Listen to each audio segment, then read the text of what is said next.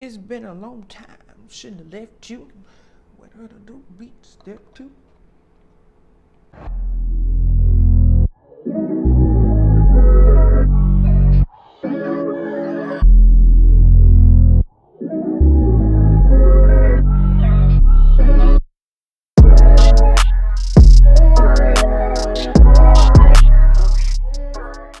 What's up, honey buns? Okay, nearly, truly, and dearly, I have missed y'all. Mental health, working all the time, plus moving into my new place because I know y'all like this girl keep changing locations. What is going on? Like, I know y'all like looking like, where is she at? Where does she live? What's going on? And thank you to all those who have subscribed thus far. And until Bravo calls me to be their new housewife, this is where I am. This is what I love to do, and this is what I'm doing. You know, and manifesting is real, guys. Just like these bills. Okay, so we're going through our top 5 horror TV shows and series today. So with this list not going in any particular order, guys, the first TV show on the list is Castle Rock. Now, Castle Rock is, I believe it's still on Hulu, and it's a Stephen King TV show. So if you guys are fans of him, you know It, you know Pet Sematary, you know Misery. Oh, what's the one with the hotel? It just, oh my gosh, it just came out. Red Rum? Red Rum? No, nobody. It's cool. It's cool. I'll look it up and remember what it was. But all that cool, crazy, amazing stuff. I love Stephen King, and I can't even remember the name. But season 1 follows this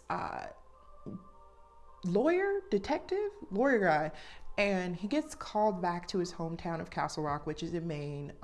You know how Stephen King loves the northern states. I don't know, because that's where creepy stuff happens. But he gets called to investigate this man who's been left in this abandoned part of the prison.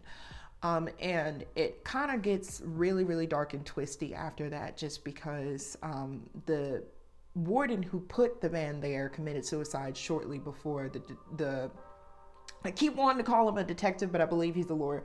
Shortly before the lawyer guy got there.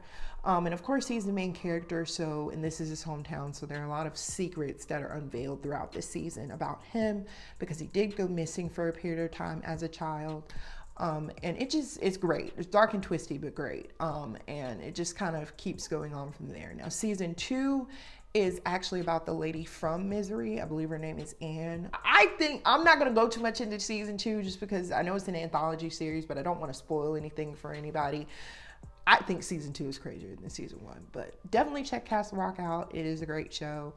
Very gory, very Stephen King-ish elements.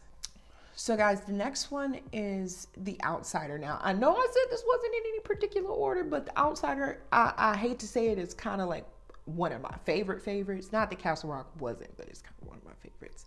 And I believe it's on HBO. And I didn't find out till later on that it is actually another Stephen King show. The Outsider opens with this young boy's murder in a small town. It's very, very crazy because the way that the murder kind of looks, the evidence that's found kind of leads to a conclusion, and then as we get further on in the investigation, further on in the show, there's more details that kind of make you question, like what. It's very, very psychological and very mind twisty, so you kind of have to pay attention to all the details. And I hate to break it to you guys, it is only one season. I know when most people hear they're like, you know, oh, it must not be a great show. No, it is a phenomenal show. It just only has one season, unfortunately. But definitely check it out. Okay, guys, now the next one, the third one, is The Haunting of Hill House.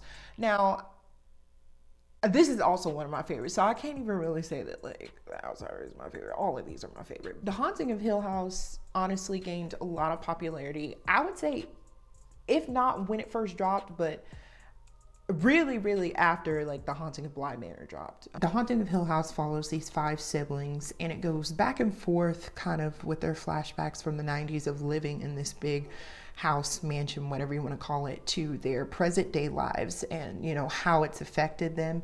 But it all kind of leads up to, you know, answers that they didn't get, or answers that they kind of forgot for a while because of the trauma of why they left the mansion and all this other stuff, and what happened with their parents and, you know, them and all this other stuff. Now, I know I said the other shows were mind twisty, but this show is like really mind twisty, like it's crazy. But definitely check it out if you haven't seen it. I'm considering honestly rewatching it because it was that good. I don't rewatch anything for 6 months.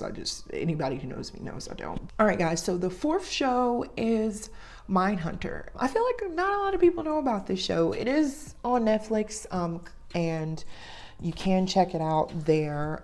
I do believe it only has like 2 or 3 seasons, and I know you guys are looking at me like, why are we listening to this chick? Like, most of these shows are canceled. But listen, if I get enough people to watch these shows, maybe I can have more shows back, okay? But Mindhunter is great. It follows these 2 FBI agents who are based in Quantico, and they're kind of going across the country to interview and dissect the serial killer mind. So they have all of these crazy personalities, and I think that all of the killers are like real people in real American like history. And this is like the late 70s, early 80s when like serial killers started to really become popular. It's crazy. I don't know. Like the characters and their personalities, I feel like makes the show a little bit humorous.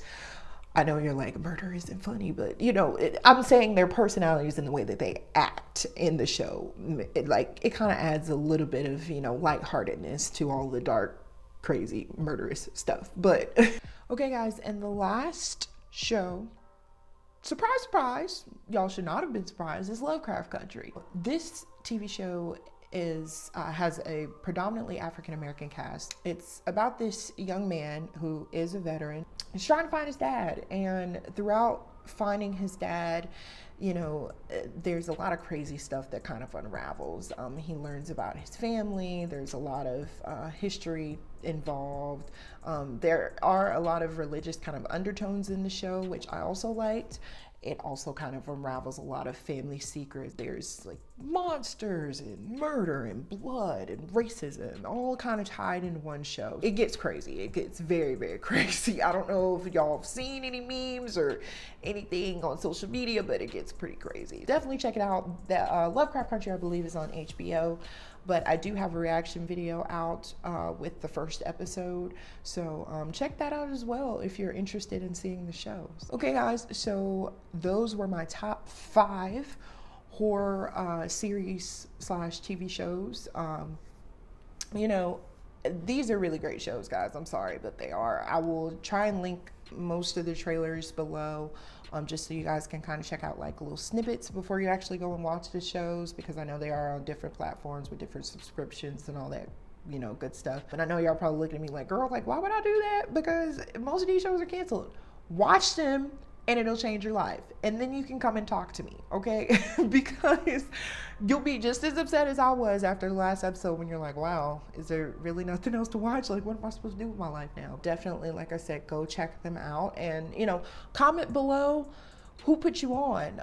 If it was me, tag me. You know, if it was somebody else, tag them. Tell me if there are other shows, other horror TV shows that you guys have watched that are also very interesting that you would like other people to watch as well. And, you know, stay tuned. Duh.